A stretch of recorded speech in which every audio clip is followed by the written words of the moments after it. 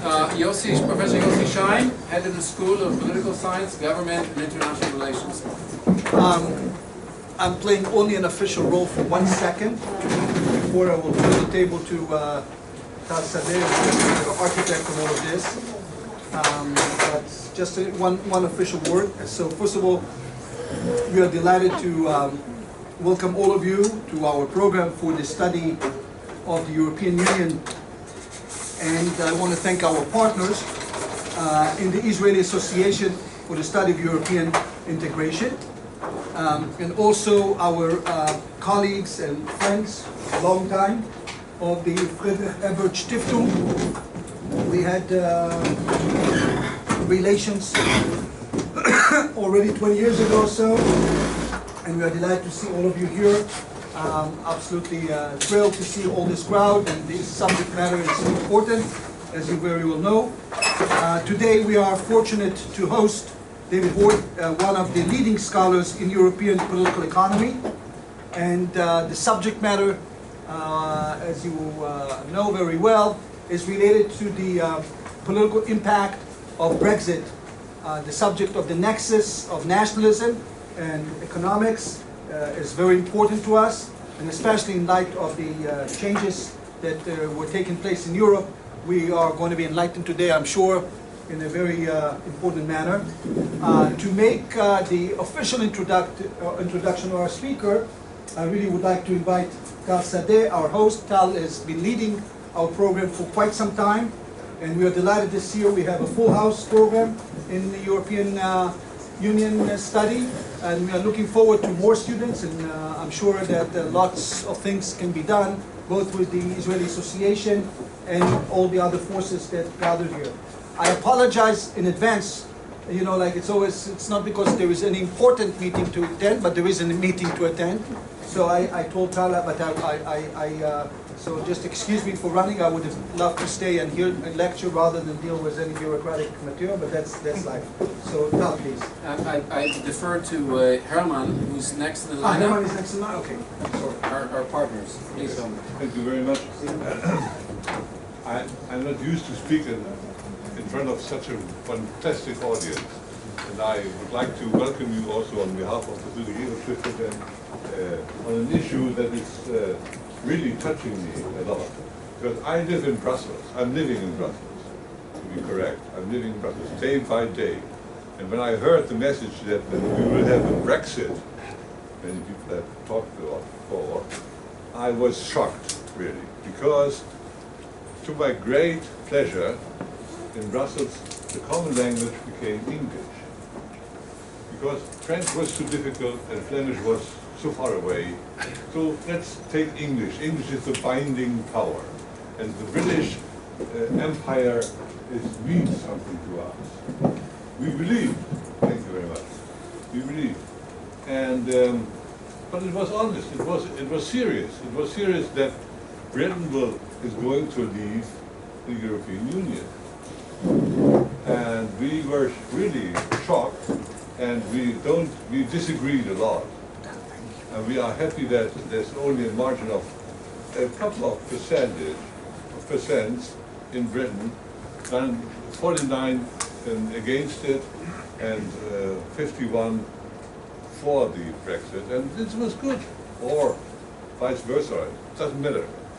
The problem was one has to talk a lot now. And the British attitude to talk, we have to learn how to talk. Because it's not so easy, with all respect to my neighbor. And we started talking a lot. And when I heard that in Israel you will be talking about the Brexit and the financial services, I said, what is there about the Brexit and the financial services? We are negotiating now the exit procedures, and you are already talking about financial services. You are heading into the future. So this is a very interesting subject and full of tension, and I appreciate very much that you are here, and I don't want to talk too much about it now, maybe a little bit later, but now we should start with the financial services and the Brexit. The Brexit, which is unimaginable for us in Brussels, because British authorities, British civil servants, British attitudes, British restaurants, even the closest restaurants to the Commission, these are British ones, or Scottish, or Welsh, or even Irish ones. So this is such a bizarre imagination that Britain will leave Brussels that I can't believe that financial services will do the same. So we will hear about it and we will listen to it. I believe that Britain belongs still to the European Union, although many British citizens don't believe it, and many Israelis perhaps as well. I don't know. But now let's talk about the financial services, and let's not talk about the grief of the left Brussels citizens like me. Thank you very much for your attention. Thank you very much. I'd like to introduce David Howarth. He's professor of political economy at the University of Luxembourg, head of the Robert Schuman Institute of European Affairs in Luxembourg. He is honorary fellow and former Jean Monnet chair at the University of Edinburgh, or Edinburgh, depending on your inclination. He has written widely on European political economy topics, specifically on EMU, European Economic and Monetary Union, on central banking, on financial regulation, and more recently, national banking system. In addition to over 80 journal articles and book chapters on these subjects, David has written numerous books. Most recently, a book on the political economy of European Banking Union came out in Oxford University Press in 2016. And he has co-edited in a few volumes, including with me, and also, as you know, David is a good friend of me. I'm happy to host him here, so we're really fortunate to hear from the, in my view, the top scholar in the world on the politics of banking. Banking is so off-putting to political scientists, and bankers care so little about the political scientists, so that it's very unique to have a specialist on the politics of banking. David, your floor. Thank you very much. Okay, thank you very much for that very kind welcome. This presentation is based on research I've undertaken with Professor Lucia Quaglia from the University of Bologna, and also my research assistant Sébastien Commun. It's been accepted. It'll be published. I managed to get a paper published on this topic, even though we don't know the final outcome. So as I was saying to the deputy ambassador from Germany, that was rather tricky. And I had to design the article in such a way as to see off criticisms of reviewers that, well, we don't know what the outcome will be, definitely. So keep that in mind when I make the presentation. We don't know 100% what will happen. Okay. So here's the puzzle, and every good research project should start with a puzzle. Is that given a history of great influence in shaping EU and UK financial legislation and policy, even after the international financial crisis, why have financial firms been comparatively weak in shaping EU and UK policy on Brexit? Okay,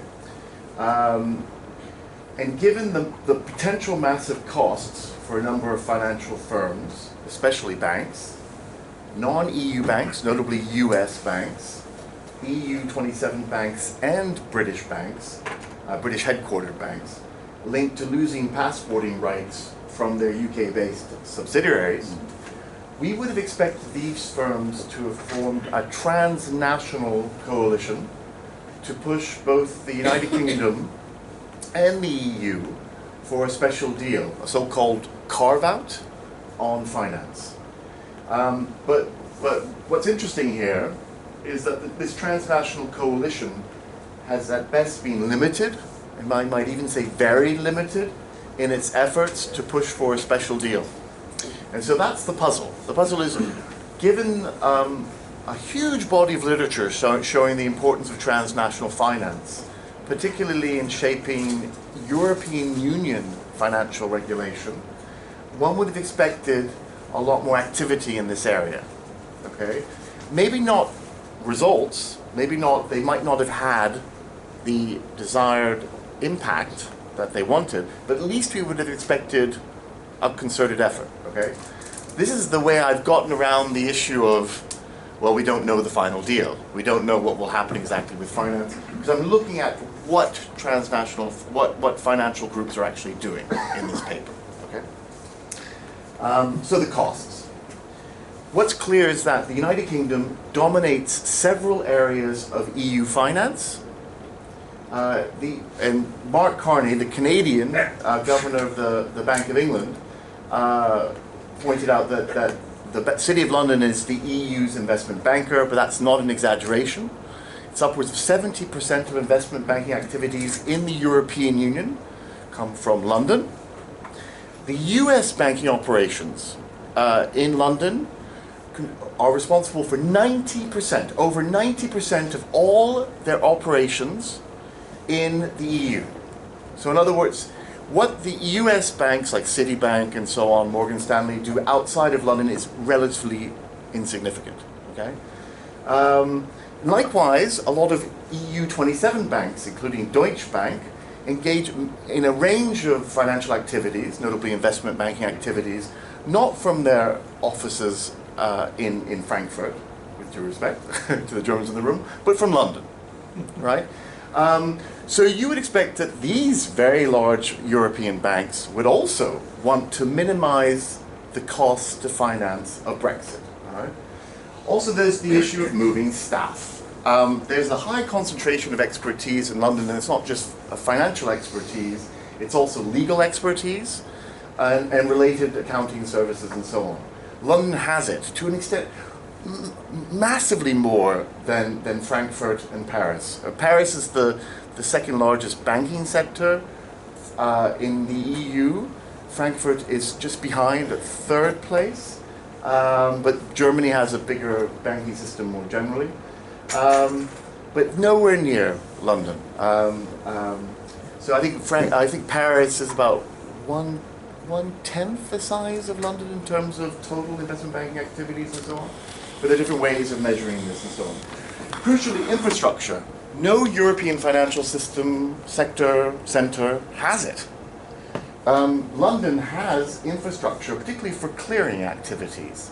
And that's why the bulk of clearing on euro-denominated financial products takes place not in the euro area, it takes place in London. Because London has it. It has the cables. A lot of it's about actual physical structure to manage all that clearing. So when the French government and the German government and notably central banks and Frankfurt and Paris and their representative associations on finance argue that more euro-denominated products should be cleared in the euro area, fine, that's wishful thinking, that's hopeful thinking, but that's a long-term project. It's very difficult to achieve that in the short term because simply no other financial sector has the infrastructure. Okay? And also, there's the hassle and expense of creating new subsidiaries. That is transforming branches into subsidiaries. And that hits British banks, it hits EU banks, but especially it hits US banks as well. So we would above all expect, potentially hits US banks.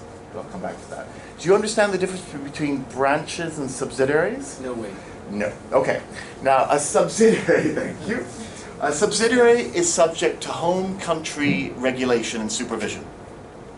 So that means if, for example,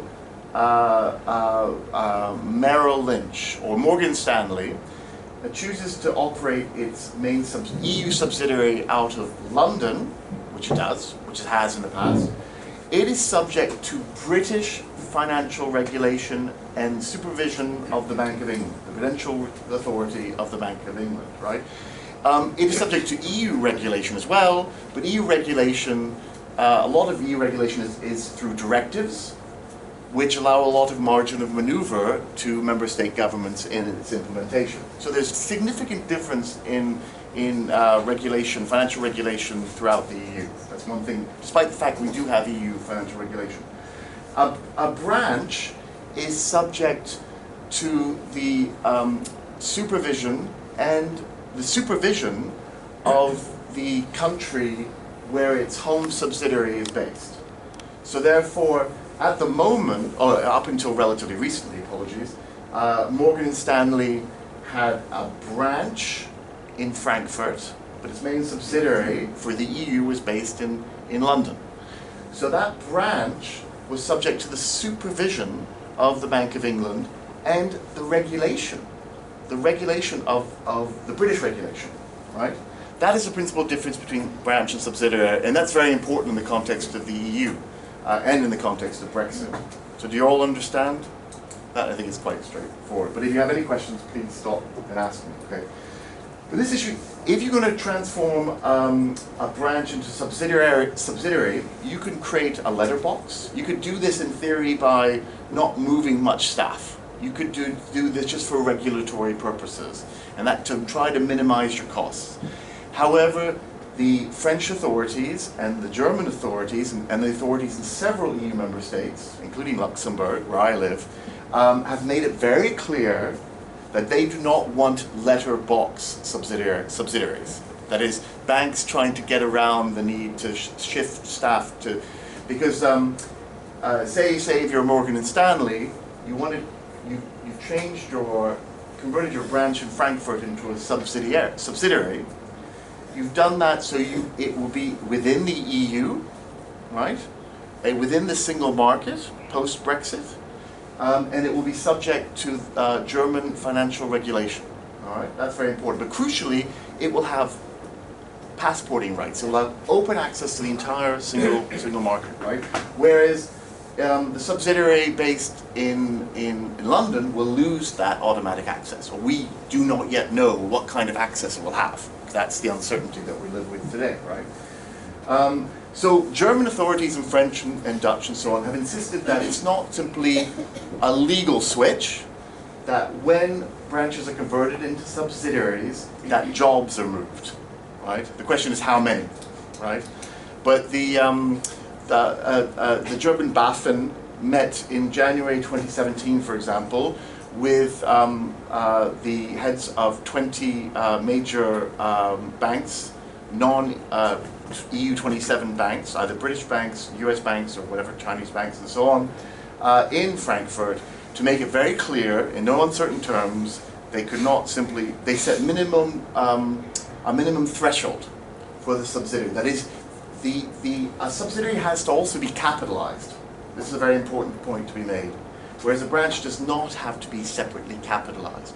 So it's very expensive. You're going to create a new subsidiary in Paris or in Frankfurt, because you have to capitalize that subsidiary. You have to put money into it, right? Because that capitalization is necessary in order to act as to operate as a buffer to protect the bank in the case of the subsidiary in case of a financial crisis, right? Whereas a branch doesn't have to have that.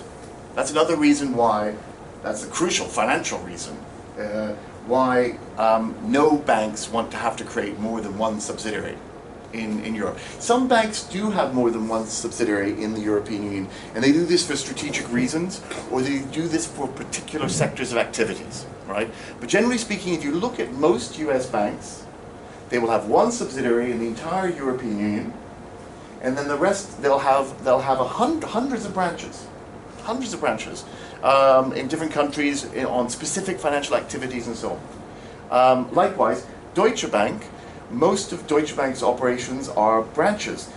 Deutsche Bank famously transformed its branch in London into a subsidiary because it was under pressure from regulators, because many of Deutsche Bank's investment banking activities were undertaken in, I won't look at you then, were undertaken in London, and there was concern that these investment banking activities should be capitalized, right?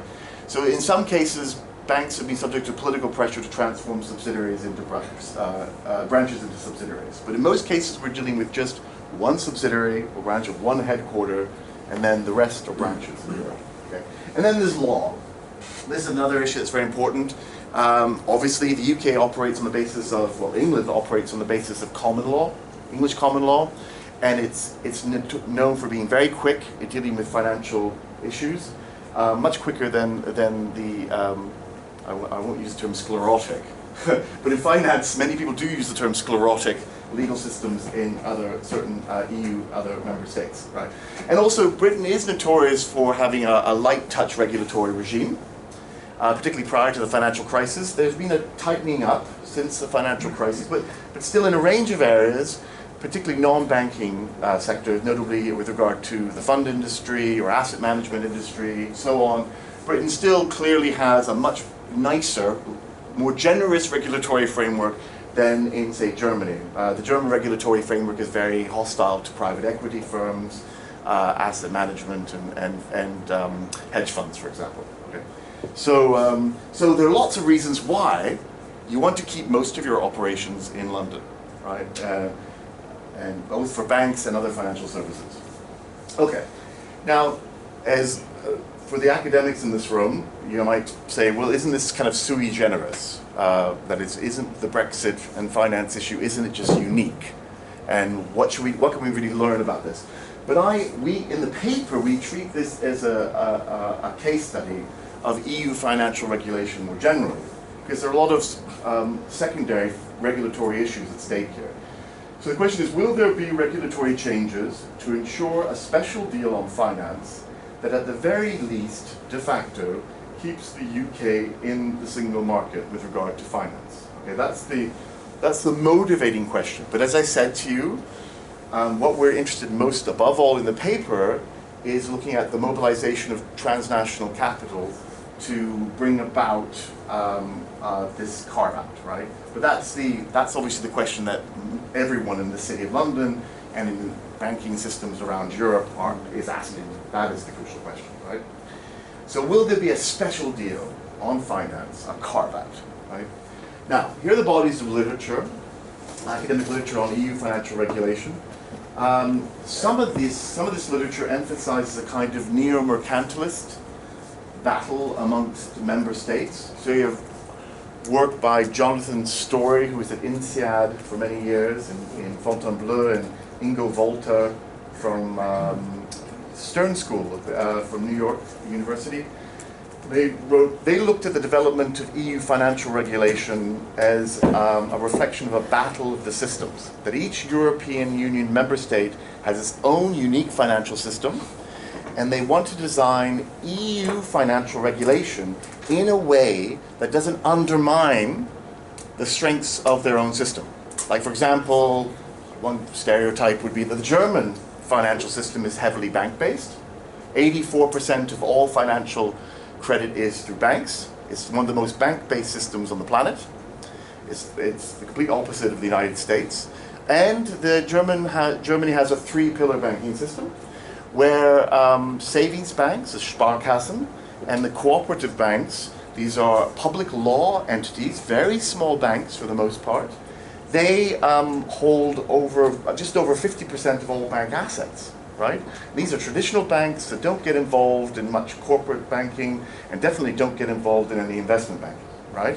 So these are very traditional banks. That's a major feature of the German banking system, right? And so when German governments determine their preferences on EU financial regulation, German governments have to take into consideration how this financial regulation will hit the savings bank and cooperative bank sector, right? In addition to the Landesbanks, the regional public banks, and so on.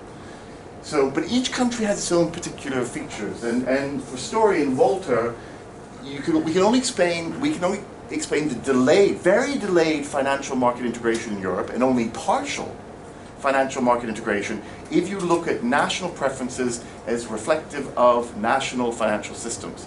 And we have, as you probably know, we don't have a single market in the EU. We're far from it, and above all, we do not have a single market in services, and we are miles away from having a single market in financial services. Why? Well, cynics would say that reflects German preferences, because the German government has been very reluctant to open up its banking system. And you might say, well, that's hypocritical of Germany, with due respect to my funder. And that the Germans focus on manufactured items, single market for manufactured, not for financial services and other services.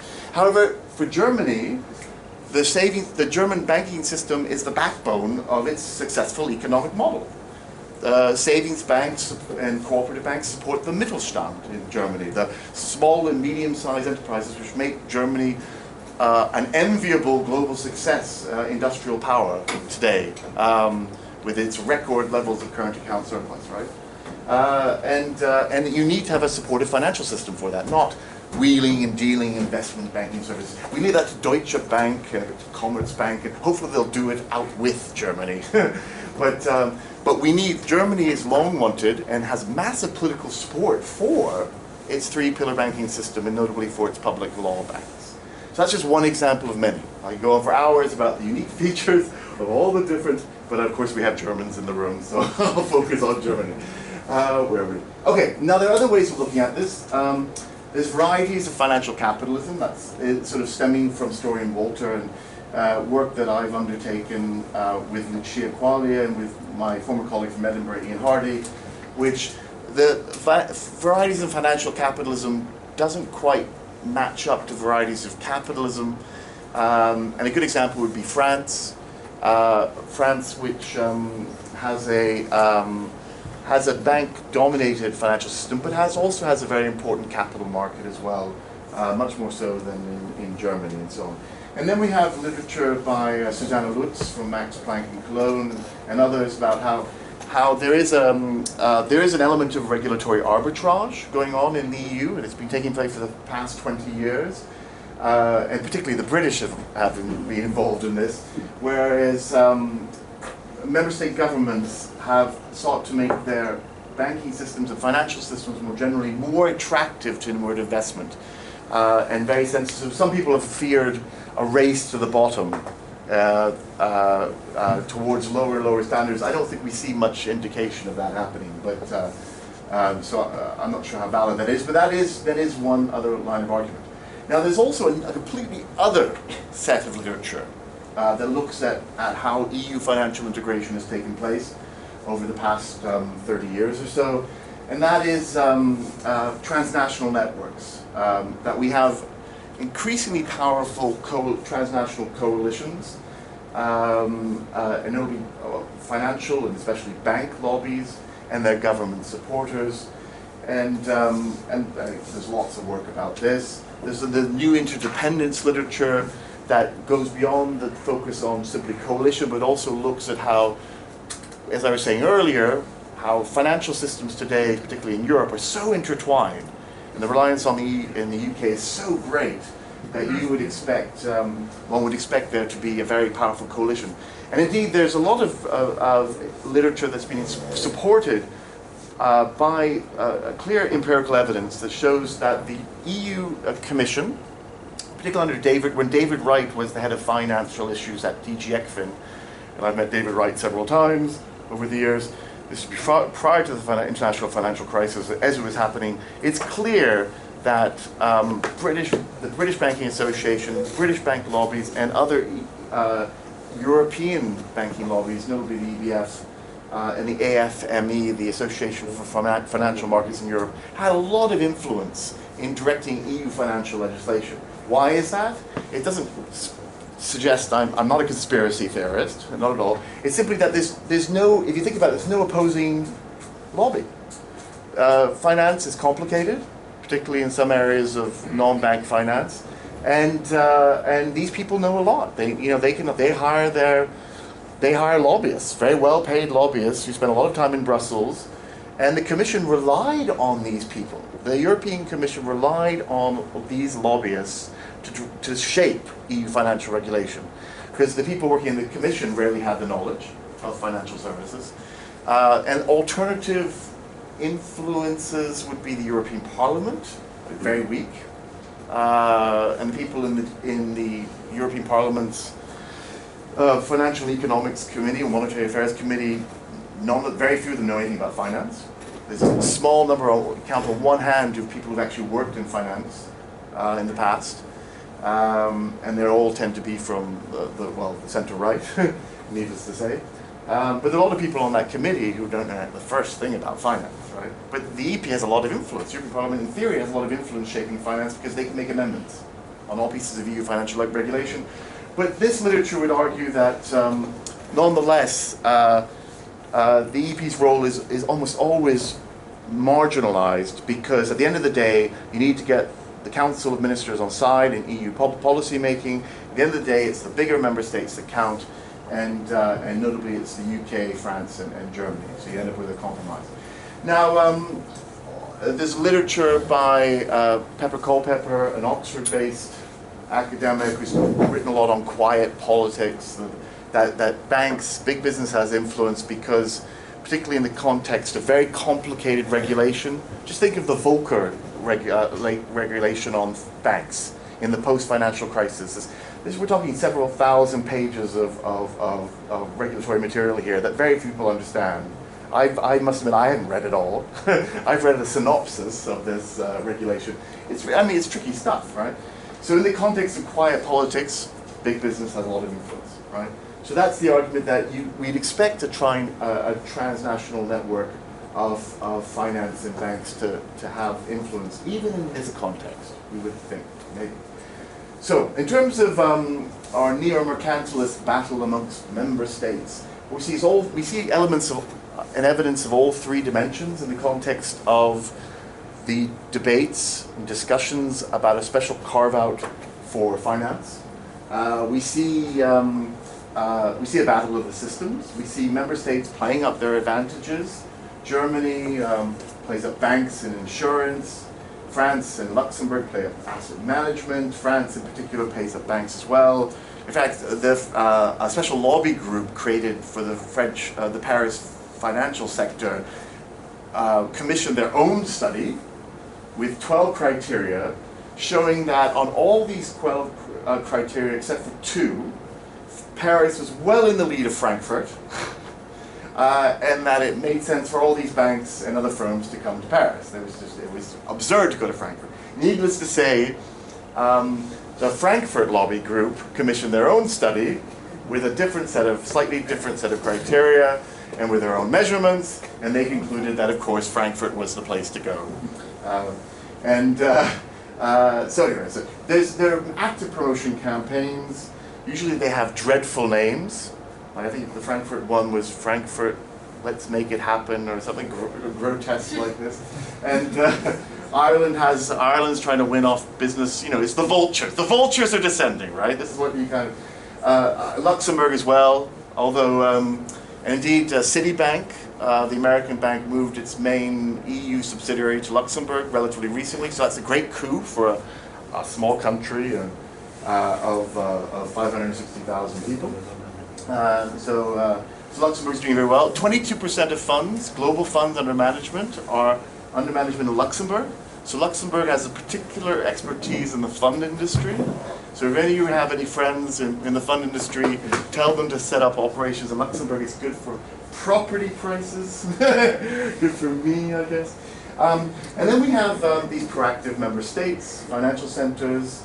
The French promise all kinds of regulatory changes. Oh, and also the head of the Bank of France, de Villeroy de Gallo, sorry.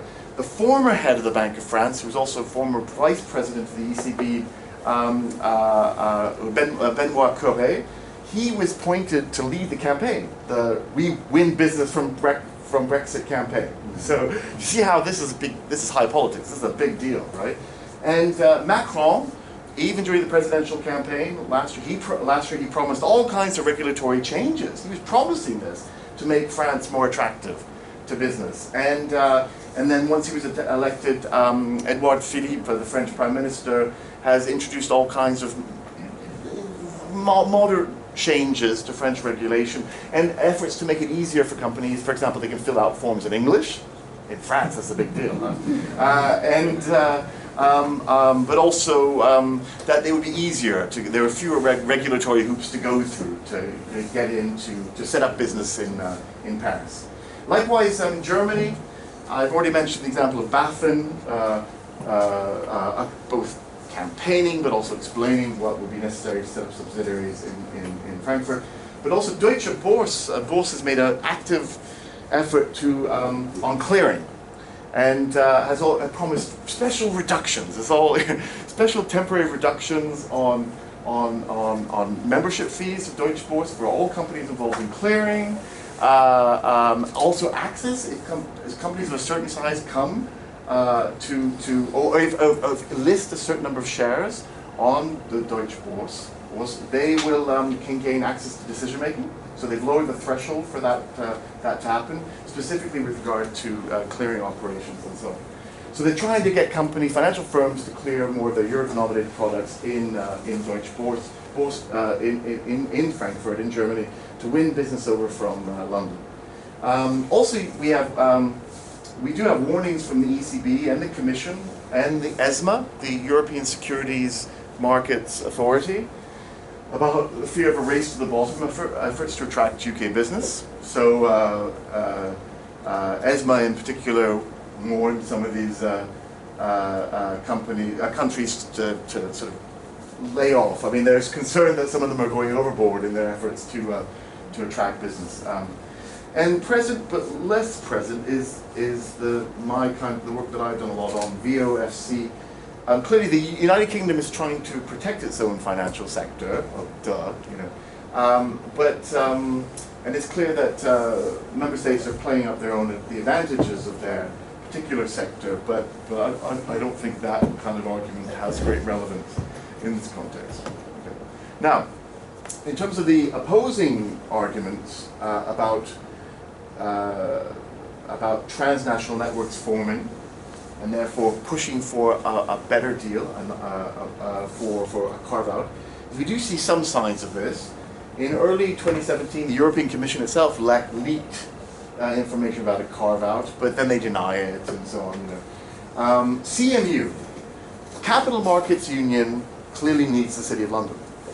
The City of London dominates all these securities and all these elements of Capital Markets Union.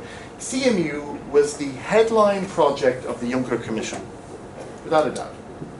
Capital Markets Union, and because the problem is, I've already mentioned to you the German example, but most EU financial systems are heavily bank-based financial systems.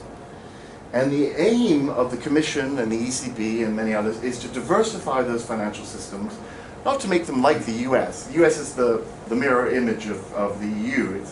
The US is, in terms of financial assets, is about 20% banks and 80% the rest, right? Securities and so on, right? In Europe, it's 20% the rest, and much of that is based in London, and then 80% bank-based, right? So this is one of the major. Officially Juncker's main policy. Some cynics would say, well, he comes from Luxembourg, so Luxembourg actually does have a pretty diversified financial sector in comparative terms. So it's no surprise he's pushing this, la la la. But nonetheless, this is supposed to be a big deal. But it's clear, and Jonathan Hill, the commissioner, was appointed specifically to do this. He was given a specific portfolio. I think the first time in EU history that a commissioner's portfolio was specifically named after a project. He was the Capital Markets Union Commissioner, right? He was appointed, and it's a Brit, Thatcherite, formerly close ties to Margaret Thatcher and so on. And clearly he promoted this as boon to the City of London. Great opportunity for the City of London. Of course, it didn't help convince enough people to vote Remain, right? Sadly. But this was supposed to be a great policy for Britain. Britain had the most to gain by far of all the EU member states from CMU. I think I've never read anything that contradicts that, right? And it's clear also for the Commission and the EU, they need the City of London for this. So you would expect, therefore, to be a certain momentum as well to keep to build these transnational networks.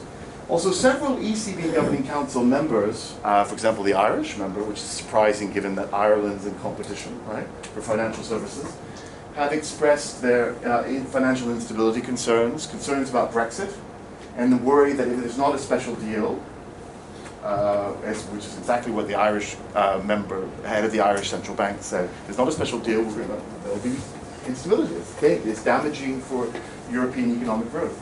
And even some of EU 27 governments have expressed financial instability concerns, including the former German finance minister, Wolfgang Schäuble, excuse my pronunciation. Now also we have, from the British side of things, we have the International Regulatory Strategy Group. This is a group led by a former city minister, Conservative city minister Mark Hoban. It was created in early 2017, last year, about a year ago, by the City of London Corporation and the City UK Financial Services Lobbying Group. It has toured last summer. In the autumn, it toured Brussels and other major EU 27 member state capitals. It designed its own free trade blueprint to apply to financial services, and they labeled this mutual access, so that EU financial services would have access to the UK and vice versa, according to either EU or British financial regulation, and ideally, eventually, applying EU rules in the UK. Okay, this has been a consistent theme of all city or British financial group lobbyings. They want EU rules to continue to apply to UK finance, even though the May government has made it clear that, well, the British government has made it clear that it does not want any EU law to continue to apply in Britain after Brexit. After all, Brexit means Brexit, which is what we hear over and over again, right? But that's not what the city's saying. The City of London is saying, no, no, no, no. We want EU law. Including ECJ jurisdiction? Yeah, absolutely. Absolutely, yeah. And I mean, what happens here is that cases would you continue the preliminary rulings procedure, right? Where cases will be brought up from British courts and then were brought to the ECJ if necessary. Yeah. Then there's individual US bank and AmCham lobbying in Brussels. My research assistant lobbied.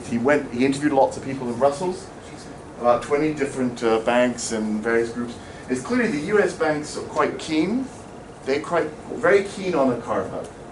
And AmCham is very keen, the American Chamber of Commerce of Brussels is very keen on a carve-out. The US mission to the EU also actively in favor of a carve-out for finance. So the US is pushing in one direction, carve-out, special deal. The Association for Financial Markets in Europe, in favor of a special deal again, but more cautious in its lobbying. That's a UK dominant because it represents different non-bank financial services mostly, some banks as well, but it's principally non-bank, and that obviously is principally British in the EU context. And then the Bank of England is in favor of the ECB proposal to control euro clearing. Because the ECB said, and the Commission has said, it wants control over euro clearing outside the euro area, meaning London, to be managed by the ECB. So the ECB will control, monitor euro clearing. It's because of financial stability concerns, right, that the ECB has. And the Bank of England and all the British bank lobby said, yeah, fine, no problem there for us. But again, for the British government, it's an issue. So there are some signs of a transnational network, but as I said, it's limited, right? But weak. And clearly what we see here, it's the end of quiet politics. So the kind of influence that the financial sector is used to having, especially with regard to the Commission and EU, the development of EU financial regulation is limited in this context. Why? Well, for the UK government prioritizes an end to the free movement of labor. That is a sine qua non, okay? And that's for political reasons, even though, as you probably all know in this room, Britain has benefited massively from the free movement of labor. There are 2.5 million EU non-EU 27 citizens in the UK, in a range of sectors, from working in the NHS, from doctors and nurses, to fruit pickers in farms. British unemployment still is one of the lowest in the EU, right? Some people say, you know, we were talking about this yesterday, there's been wage suppression in some areas, that's a politicized issue. But generally speaking, almost every economist out there would say this is, being a boon for the British economy, having this labour. But clearly, some people say it's been too much too quickly, and that government claims back in the early 2000s that if Britain opened its labour market. Britain was one of 3 member states that opened its labour market in 2004 to the new citizens of the... Germany did not. My German friend has left. Germany did not, because the Germans are too intelligent. But the Brits said, yes, we'll open our... The Irish said yes, and the Swedes said yes, because they had labour market shortages. The British government said about 10 to 15,000 people would probably come in over the next 5 years. Well, the numbers were well over 1 million, right, of people coming in from Central and Eastern Europe to Britain. So a massive influx of labour that the Labour government at the time had significantly unpredicted. And that had, above all, it has an impact upon social services in some areas, schools and so on. And so there are these issues, particularly in a context now of austerity since the financial crisis, and many schools are overcrowded and so on and so on, and the NHS is suffering from funding and so on and so on. So some people, of course, have liked to scapegoat the Central Eastern European workers, unfortunately. Now, for this is a shibboleth. Is that a word you know?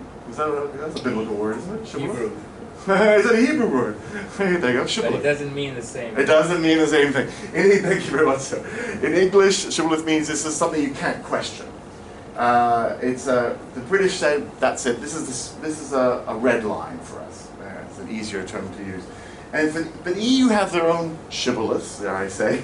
Hebrew, yes, there you go. Is the so-called sanctity of the single market. Now, this is a myth, as I've just mentioned to you. It's a myth propagated by the Commission. We do not have a single market. Even in manufactured items, there are all kinds of little obstacles here and there. But in services, we're nowhere near a single market. In capital, we have all kinds of exceptions. And in labor, of course, we definitely don't have a single market, because the German market has all kinds of difficulties, all kinds of rules. If you want to be a nurse in Germany, or you have to have all kinds of German qualifications, or I happen to have a good Greek friend who lives in Trier, who has a PhD in psychotherapy, and she would love to open but the amount of paperwork this poor woman faces in Trier to get into, to practice, and is just astonishing, right? So we do not have a single labour market. It's full of all kinds of obstacles. But nonetheless, the Commission and the French above all, dare I say, are upholding the sanctity of the 4 freedoms. This is the core of the European project, and we cannot. And of course, there have been many other studies that said that's ridiculous. Maybe why not just give the Brits, if you eliminated that, or to put some sort of break on it, then you could reach a nice deal with the Brits. But again, it's politics. It's about politics, and the Europeans said all 4 or nothing. Right? Even though, as I said, we definitely don't have all 4 at all at the moment. Also, the UK banks have been very timid in battling the British government. All 4 of the big British banks, Lloyds, HSBC, Royal Bank of Scotland, and Barclays, they're all said very clearly they are opposed to Brexit. They opposed Brexit during the campaign, and they're all in favour of a special carve-out on finance, but they've been incredibly timid. And my co-author, 2 of my co-authors, Scott James from King's and Lucia, did a really good study talking to all these different people in London and so on. EU banks have been very timid as well. They downplayed the cost. How about 10 minutes? Yeah. The European Banking Federation is the federation of 32 national banking federations, and it's been incredibly cautious because certain national banking federations are trying to fight their own corner, notably the German and the French. But what's interesting here, I have some good quotes. These are some of the quotes from my French research assistant, Sebastien. He went to Paris and interviewed a few people, and this is my translation of some of these quotes from French bank authorities and from the French Banking Federation. The problem is, in these EU associations, being that each industry, national segment looks closely at the political position of their home country and tends to align with it. So those who are headquartered in a country that sees Brexit as an opportunity to attract business away from London tend to disengage from any effort to find common solutions. Another good quote, we have dozens. Their silence, this is from a French banking official in Paris, their silence on the cost of Brexit to EU 27 banks, this is the silence of French banks, is unsurprising to some extent. But it is a deeply uncomfortable territory for companies. Companies are usually cautious with politics, and Brexit is the most political thing happening in a long time, so I can understand the silence. And they doubt whether they can have any influence and wonder how they might be thanked for it afterwards. And another quote I got, our only real concern is not to rise above our station. That's the translation from the French. Not to interfere with the political debate, which is very tense because potential political costs are very high. We are merely merchants, right? Hence, we focus on technical points. We do not comment on disagreements between governments. That's from the French banks, which have to be very careful what they do in this context, right? Because we've seen the end of quiet politics. So the French banks, several leaders of French banks, the head of Société Générale, the head of BNP Paribas, have said, Brexit is not a big deal. They've said publicly, we'll move some operations from London back to the continent. That's great, again from Paris. They send the right signals politically, right? But behind the scenes, they don't want to do that. They don't like this. They don't think it's necessary, but they're subject to political pressure. Okay. Now, US bank efforts are very interesting. I said, well, they're not coordinated as much as we would hope them to be. It's mostly individual operations under an umbrella effort by AmCham. And even the AmCham official that we interviewed complained about the fact that the big American banks were not adequately coordinating their activities in Brussels and in the national capitals. But what they basically can do, they can branch back. So what they do, these banks, is they will create a subsidiary in Frankfurt, or in the case of Citibank, Luxembourg. They will create a few more jobs, only the jobs that the German supervisory authorities insist that they create. They'll capitalize it to the minimum extent possible, but then they will branch back. They'll transform their London operations into a branch.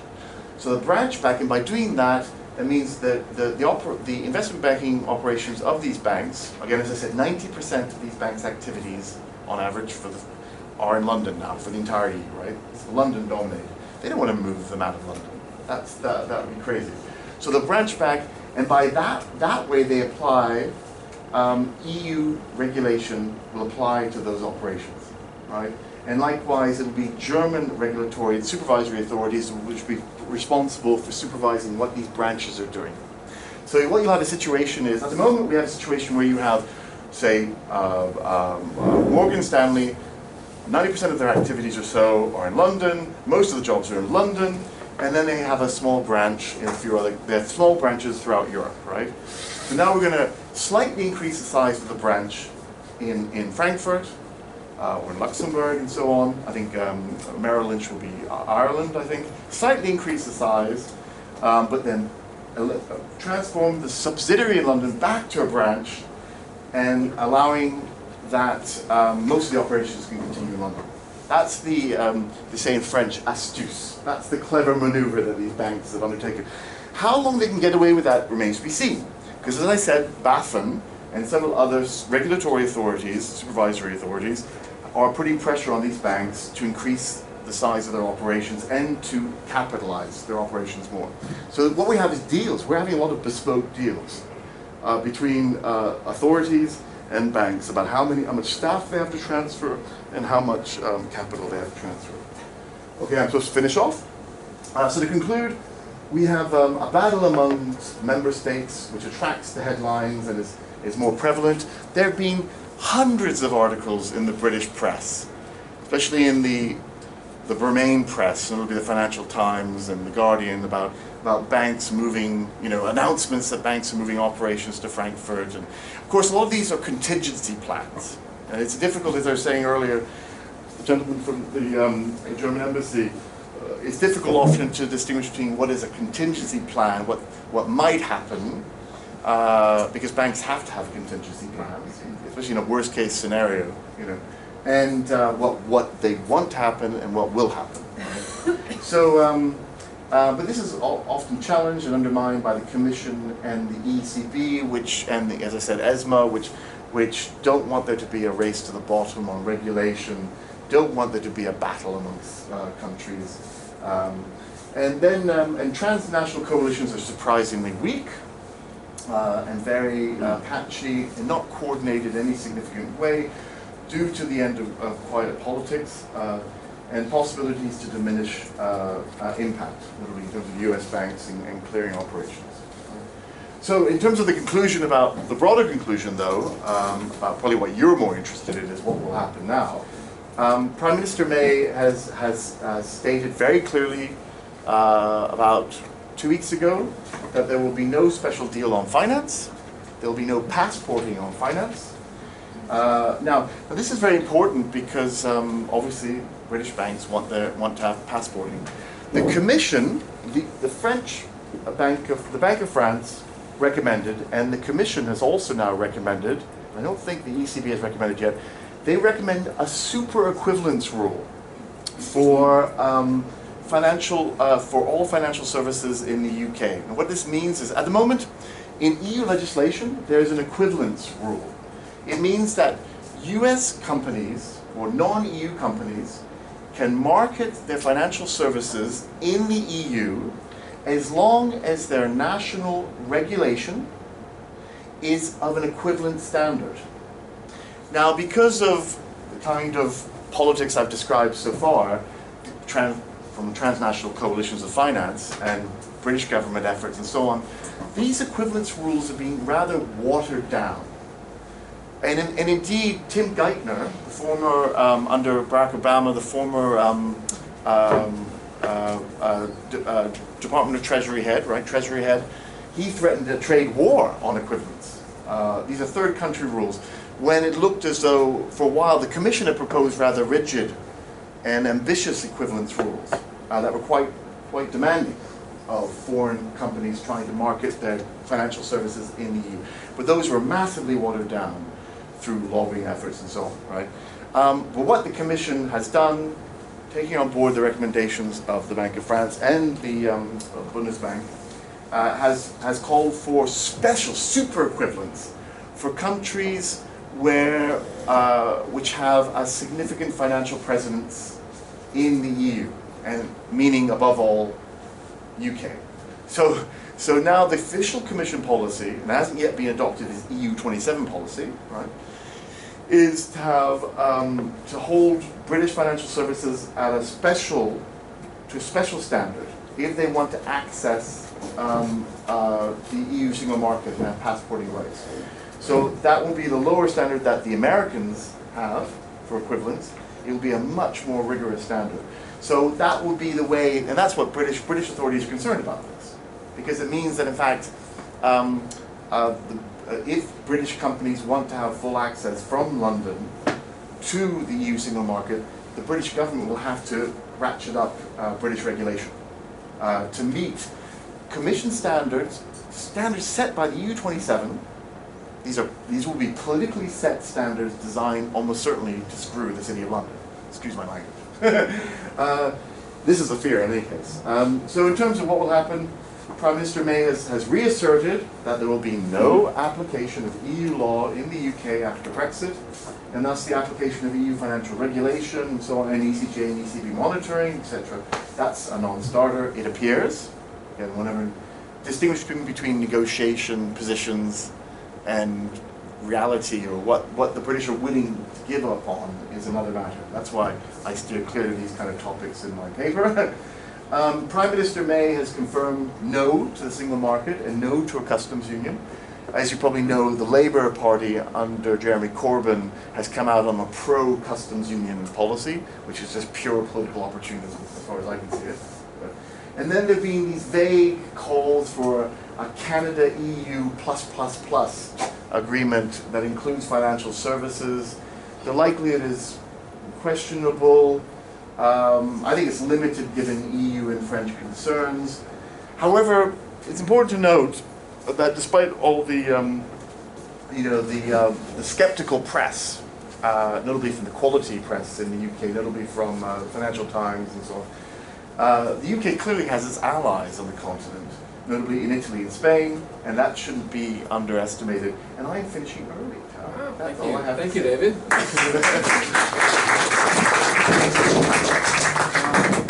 I'll get the ball rolling and then we'll take a select. Oh, I didn't use your mic. questions. Do you need a mic? You didn't use a mic. I didn't use it. So let me- I've shouted.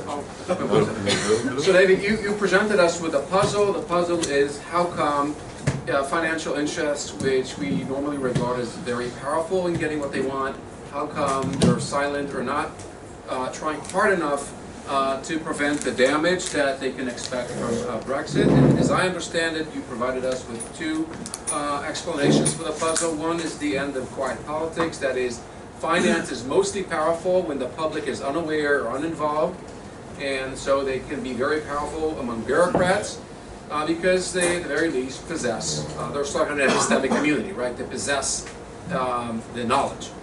And the other explanation is that maybe, in contrast to what we may expect, Brexit may not be so costly to finance after all because it's all in the fine print, and there's all sorts of ways that you could bypass the so-called high costs with all these technicalities that some of us perhaps would find hard to follow, but there are ways around this. So maybe it's best to lie low.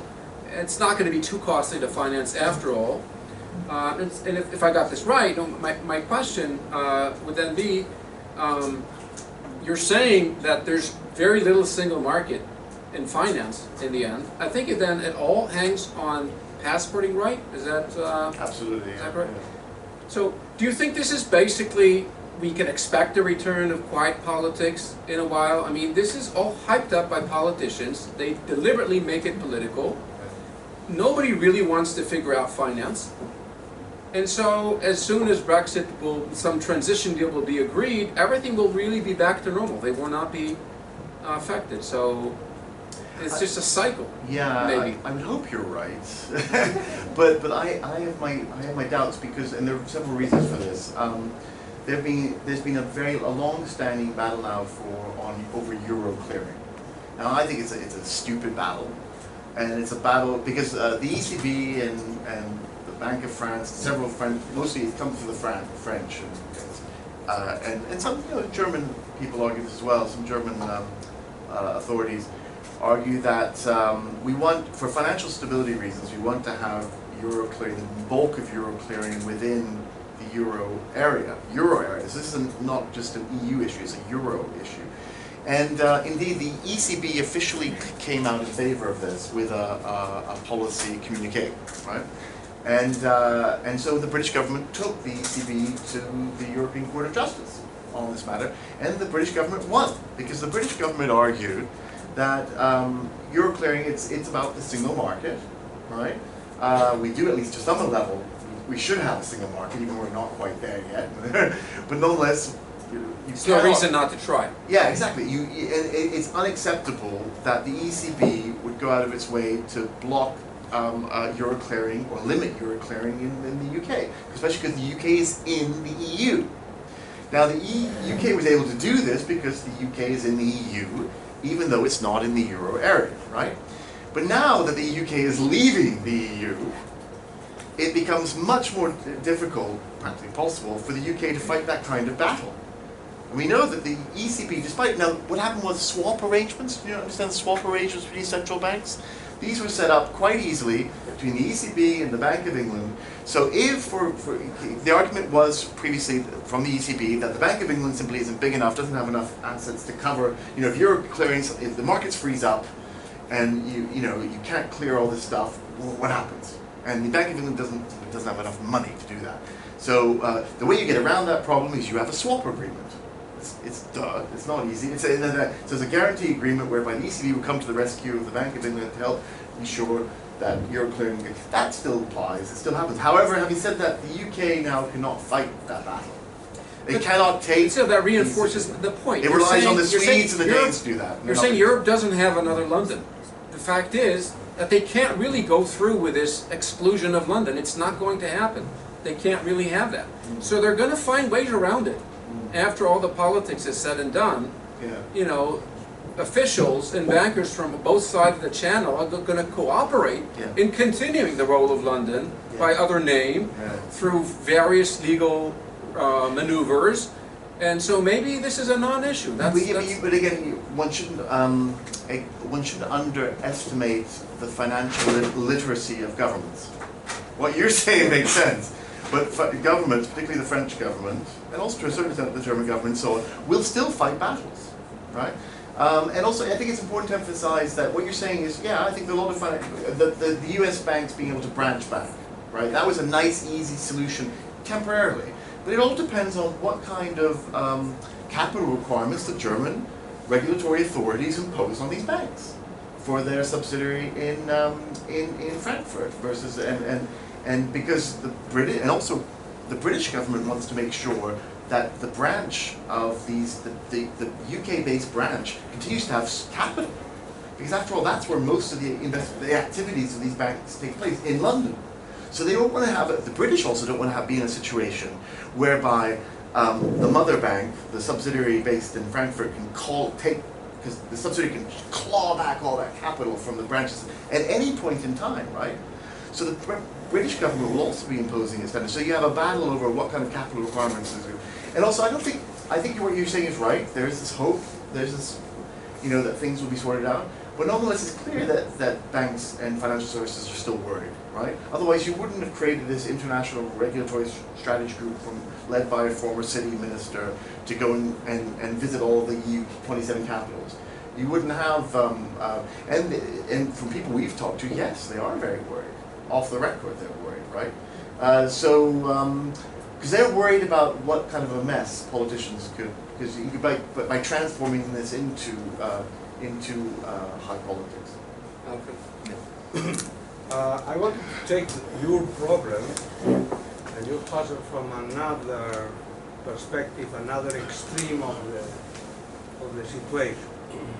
I am going to focus on the single market, in the single labor market. Now, I have the impression that not only in Britain, but in other at least 20 countries of the European Union, there are second thoughts about the free movement of workers among 28 member states. It is true that in Britain, populism on that level against the Polish plumber. Yeah, that was France. That was France. But the Polish plumber is also an issue for France and for Germany. So what I am aiming at is that maybe, instead of assuming like you do, that the European Union stays as it is and then there is Brexit. Okay? So the single market is a principle that the European Union does not want to touch. And then the problem is Britain. But what if I tell you that maybe the Angela Merkel of the new government might come and say, well, let's forget about Britain. We should really think over the four freedoms.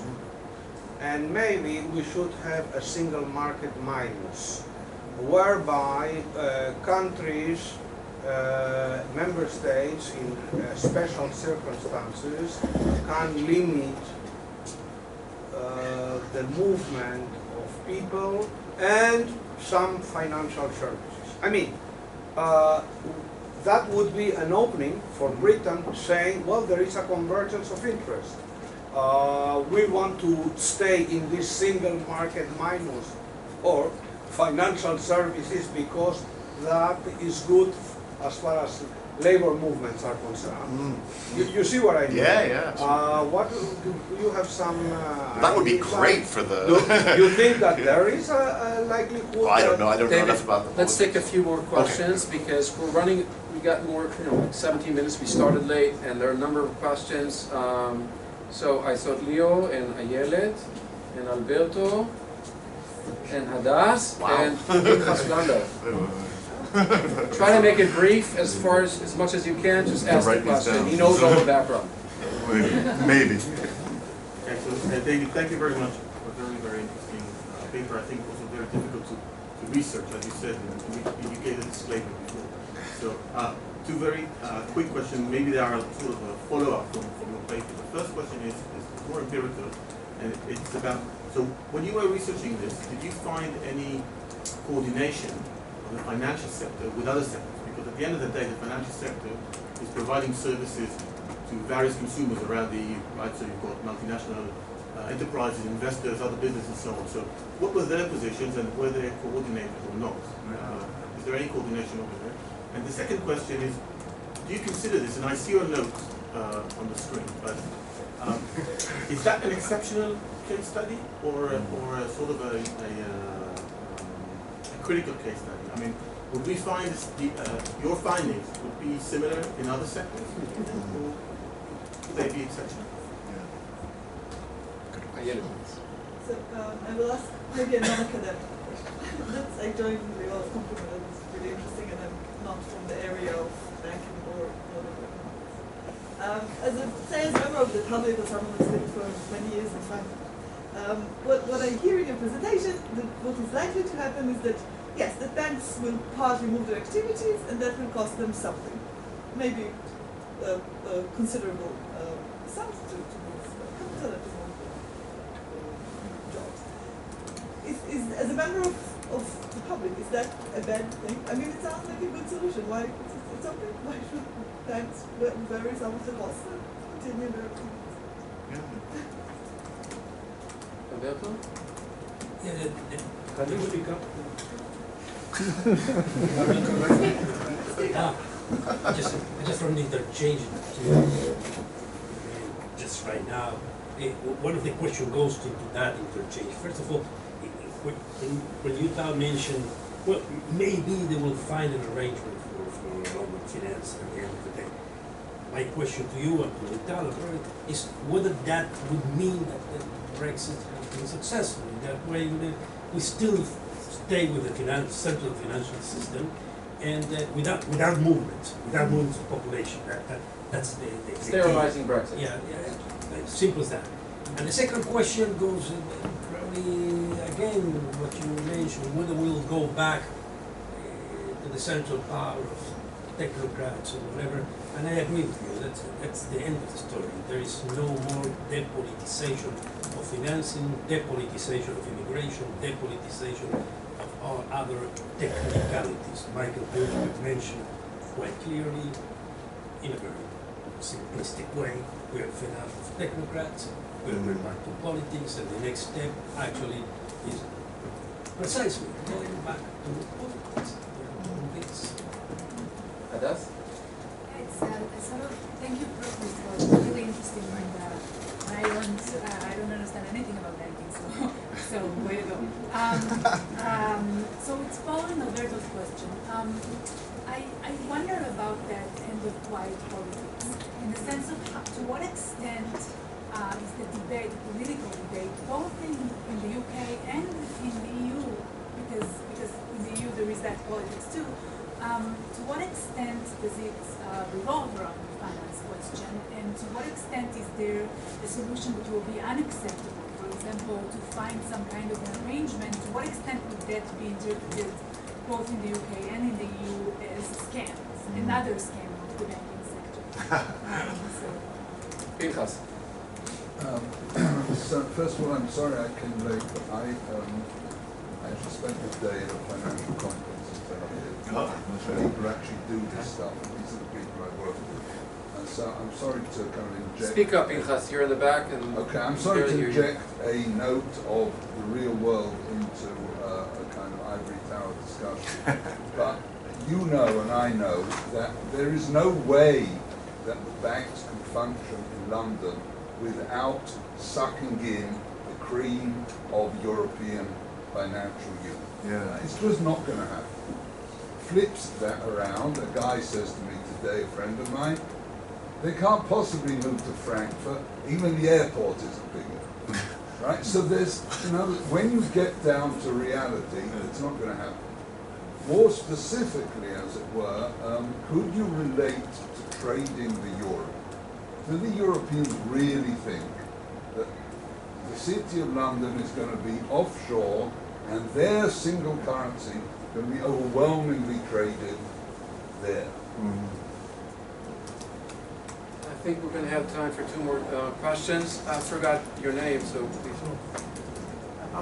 Amnon, please. And then we'll have Alia and I think, and the German representative. So, yeah, go ahead. This is more like a general question. You were talking about the potential damages to the industry. And I wonder in this case there will be more entry costs, higher entry costs, or barrier for new entrants. And in a way, when you're speaking about the current players, this is a benefit. Because if they have new barriers for new entrants, as usually the cost will be higher for the total population. Right? Okay, just one comment and a question. A short comment is, as a lawyer in this room, you spoke about branches and subsidiaries. Now, not all of the banks are subsidiaries. So Americans, they're subsidiaries. Some of them are parent companies. Deutsche Bank is a parent company who can have a branch in London or whatever. Anyways, now my question. So, on the one hand, I would really be happy to accept your hopes, your optimistic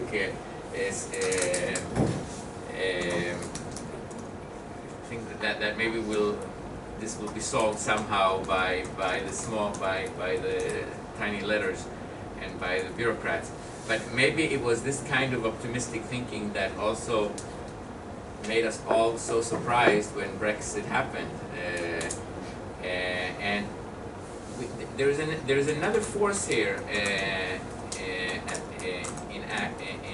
action, and that is there is a will by the European Union to make sure this doesn't happen again.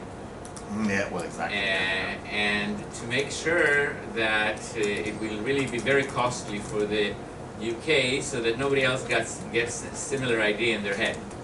And that force might actually coupled with the interest of other European countries to draw the financial banks and markets into their own countries and create jobs within their countries. Those two forces might, don't you think that they might in the end actually frustrate these more optimistic program plans, hopes that this is going to be solved somehow? Your last call. Thank you very much. You spoke about the carve-out, the possible financial carve-out. Is that another word for cherry picking? And how likely do you think it's going to be that something like that's going to happen? I fully agree with your last remark that the main issue, for example, from my government's point of view, is not so much a couple of thousand workplaces in Frankfurt. That's not the issue. I think the more serious and real serious concern underlying is that the whole EU falls apart. If everybody gets to choose the sector it wants to carve out, cherry picking, so that's the political main issue. It's not so much about Frankfurt getting a couple of more banking jobs. So David, you have 8 minutes for a theory of everything. Wrap it all in 8 minutes. Alfred, labour market. Yeah, that if the EU's position changed on that matter because of domestic political pressures, then yes. The Bundesbank recently came up with a report showing that there has been suppression in a number of sectors of the economy, labour market, because of inward migration. That's interesting, coming from the Bundesbank, right? I think populist pressures in a number of EU member states obviously puts pressure on free movement of labour. Whether that kind of pressure is enough at the moment to result in a shift in EU 27/Commission negotiating policy is I personally have my doubts. We only have a year left now. I think if it's 5 years' time, we might have more hope. But yeah, I don't see that happening now. Question from Leo, excellent questions, and I dare say I cannot answer them. The one on coordination of other services linked to finance, because they're worried about the implications. I would assume, again, UK dominates certain sectors there as well, but I've not come across any clear active efforts. But we were obviously focused very much on financial services and banks, so I can't answer your question. Would this apply to other sectors? Yeah, I'm using this. My study is a case study of the development of EU financial regulation. That's how I've pitched it to get the piece published. I would think, yeah, finance is different from other sectors. I'm happy to, because finance is so important to the British economy, and Britain dominates a range of financial sectors in the EU market, right? In a way that it doesn't. It's difficult to find whichever other areas of the economy where, you know, that there's that kind of importance and dominance. So I would think it is relatively unique. And also I haven't heard of any effort on the part of the British government to have a special carve out or cherry picking for another sector. I'm happy to be enlightened if anybody else has heard of that. Is it such a bad thing? The woman there. Well, yeah, there are many people in the UK argue that Britain is far too reliant on financial services. Even Mark Carney, the governor of the Bank of England, would like to shrink the size. Officially, he said this. He would like to shrink the size of the financial sector to GDP because Britain is, and it's dangerous. In fact, the predictions are, even with Brexit, finance will continue to mushroom. It will grow and grow as a percentage of the British economy in total size, even with Brexit. All signs are that finance is doing very well indeed. So there is a lot of, particularly in the aftermath of the last financial crisis, there are a lot of people in the UK, not just the Occupy movement, who would love to shrink the financial sector. And I think Labour Party policy is officially to shrink the financial sector. A gentleman called Alberto said, yes, it's professor for you. Professor, thank you very much, sir. Sterilizing Brexit, fed up with technocrats? There's, I think, two questions there. Two different questions. Yeah, two different questions. Dan's comment, practically. Well, but that is a question to you. Well, on the second question, on being fed up with return to politics, and yeah, I think so. But I think in the context, as I said, in the next year of negotiations between the EU 27 and member state, the United Kingdom government, the British government, I think those issues are secondary.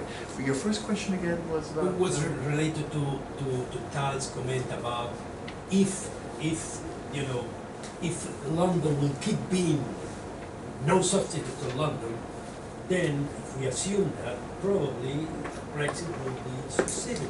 Let me then, therefore, just interrupt in a short response. I think the main danger in this respect is some Icelandic scenario for Britain. We've already had a factor of about 7 between the size of banking activity in London in the eve of the 2008 crisis and British GDP. It was 10-fold in Ireland, it was 13-fold in Iceland.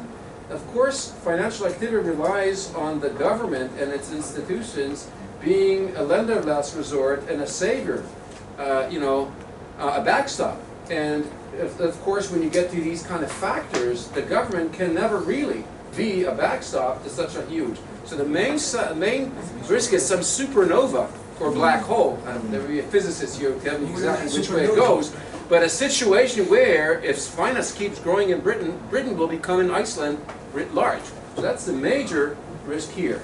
The other point is that I think continentals in Europe are informally collaborating with the British opposition to British finance.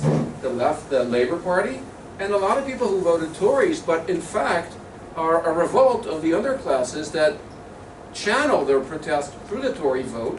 But in fact, this is what we call a populist, and I mean no value judgment. I'm just labeling this a populist revolt against finance And this is an opportunity for all those in the continent to find British allies in trying to downsize finance. So this is very interesting. If they can pursue this, there is a risk that it is sterilized, and there may be a very reckless result to that. I think it's for the good of Britain and world finance, it needs to be.